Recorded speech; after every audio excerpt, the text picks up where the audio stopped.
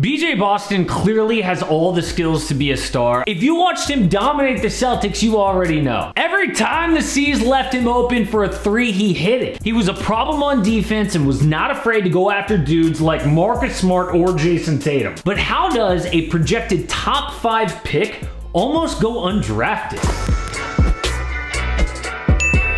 BJ Boston is so irrationally confident, he literally said he could beat Kevin Durant one-on-one at 17 years old. That's like Anthony Edwards type confidence, which makes sense because they're both from Atlanta, Georgia. And for BJ, as soon as he became obsessed with basketball, his dad jumped on board. His dad took him to private lessons to up his game. But before he could even dunk, he said, "My goal is to become a McDonald's All-American, win NBA championships, and by 25 or 26 be the best player in the world."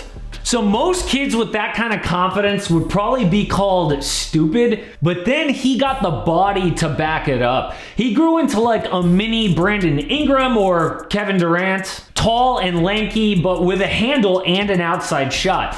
In 1 year, he went from unknown to the number 15 prospect and number 6 shooting guard in the country as a sophomore. As a junior, he was top 10 in the nation, and as a senior, he was ready for the big time, which meant a move to Los Angeles so that he could play at Sierra Canyon. And that was the team with Bronny James and Zaire Wade, Zaire Williams, Amari Bailey. Yes, celebrities went to that high school like Kendall and Kylie Jenner or Willow Smith, but BJ wanted his younger sister Brandy to have a great life too. He said, "Growing up with the kids that go to Sierra Canyon, it's just a different environment and better schooling. I think it was good for them to come out here too." And sure enough, with better teammates, BJ got even better. He committed to Kentucky, where the entire starting 5 had just gone pro the year before. Sierra Canyon was going for their 3rd straight state title, and BJ was balling. In the state semifinal game, Canyon was down 13 with 3 minutes to go, but they clawed back, and with 1:29 to go, BJ got a pass, crosses up his defender, hits the game-tying jumper. With under a minute to go, Zaire Williams hit the game winner. The lead, he got it! Oh! But unfortunately, that was the last good moment BJ would have for 2 years. Due to the coronavirus pandemic, they would never be together as a team again after the California Interscholastic Federation canceled all remaining games. Our coach, he texted us, and then that just broke our hearts because, we worked so hard just for that game. BJ ended that senior year without a championship, but he was the number 4 ranked player in the whole country. Even though he was leaving a tight group at Sierra Canyon, he looked forward to making new friends at Kentucky. Then, just before the season, he injured his finger playing basketball at home. That, combined with all that time off from COVID, killed the momentum he built coming out of Sierra Canyon. BJ's first 12 games were a disaster at Kentucky. He averaged just 11.5 points on 34% from the field and 17% from 3. He started to look like just another overhyped player out of high school. Maybe all the media attention at Sierra Canyon beefed up his rankings. Dude had a horrible shot selection and was way too skinny. He straight up looked like a little kid out there with the physicality of college. How could that possibly translate to the league? The only positive from his 1 year at Kentucky was that bond that he formed with his new teammates. Terrence Clark, BJ, and Isaiah Jackson were the 3 stars at Kentucky, but BJ especially clicked with Terrence. They were best friends on and off the court. They worked out together, and they had chemistry on the court late in the season. So to prep for the NBA together, Terrence and BJ both signed with the same agent, Clutch Sports, and they both moved out to LA together to work out. Finally, it looked like BJ's luck was turning around, but then everything changed. The video that you're about to see is really hard to watch, so if you're sensitive, just look away. BJ and Terrence left the gym in separate cars, and this surveillance video shows BJ go through a light really fast. Terrence falls right behind him, but he swerves to miss a truck and slams into a light pole going 80 miles an hour.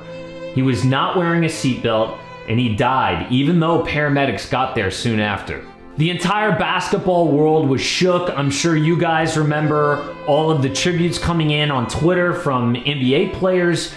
Terrence's Kentucky teammates flew out to Boston, where he was from, for his funeral.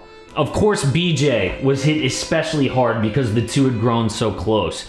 This was just another setback for BJ since he left high school, and it's no wonder he didn't impress scouts before the draft. His workouts must have been awful. I mean, even though he got a tattoo of his friend's face, he was now prepping for the draft alone. On draft night, the NBA honored Terrence with a tribute, but BJ watched from home as team after team would pass on him in the first round. A kid that was supposed to go number 5 overall somehow fell to the second round without any major injuries. Then at number 51 overall, the Grizzlies took BJ. The Clippers were putting together a 3-team trade with the Grizzlies and the Pelicans that included Eric Bledsoe, so they told Memphis to draft BJ for them. It was much later than expected, but BJ was staying in LA to play pro ball. The Clippers were hoping that they would get another second-round gem like they got with Terrence Mann 2 years before, and it looked like early on they nailed it. He lit it up in their first preseason game.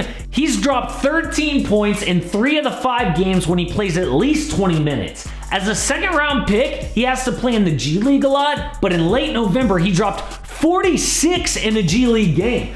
Then 1 week later, he had that dominant performance against the Celtics. He scored 18 points in the second quarter. That's more than Paul George has scored in a quarter this year.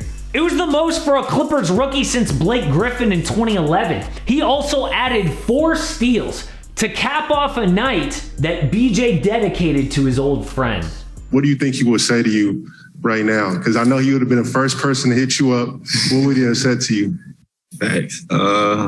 He would have called off on screaming, just excited, a bright smile on his face, just telling me, I told you, so you're the best in the world, just keep going. Like, that's the type of relationship we had. He always pushed me to be my best self. So I always keep that in the back of my mind. And I actually dedicated this game because they're from Boston and he wanted to play for Boston. So just going out there and carrying that chip on my shoulder, and his energy just carried it along the way. Obviously, a team like the Clippers with no first-round picks and no cap space would be really lucky to find a player like Brandon Boston in the second round. He is out to prove every single team that passed on him wrong and to prove that his friend Terrence was right for believing in him. One thing that I found out about Brandon Boston was there's a lot of girlfriend stuff on the internet, and I'll be honest, part of me wanted to put that stuff in this, but it's so stupid. You'll see these and by the way, any thumbnail with a guy and his girlfriend in it is gonna get a lot of clicks. I could not bring myself to do it. It's who cares about a high school player's girlfriend? I just felt so slimy looking at that stuff and thinking about putting it in this video. If you care about that stuff, you can go find that type of video, but this is not the channel for you.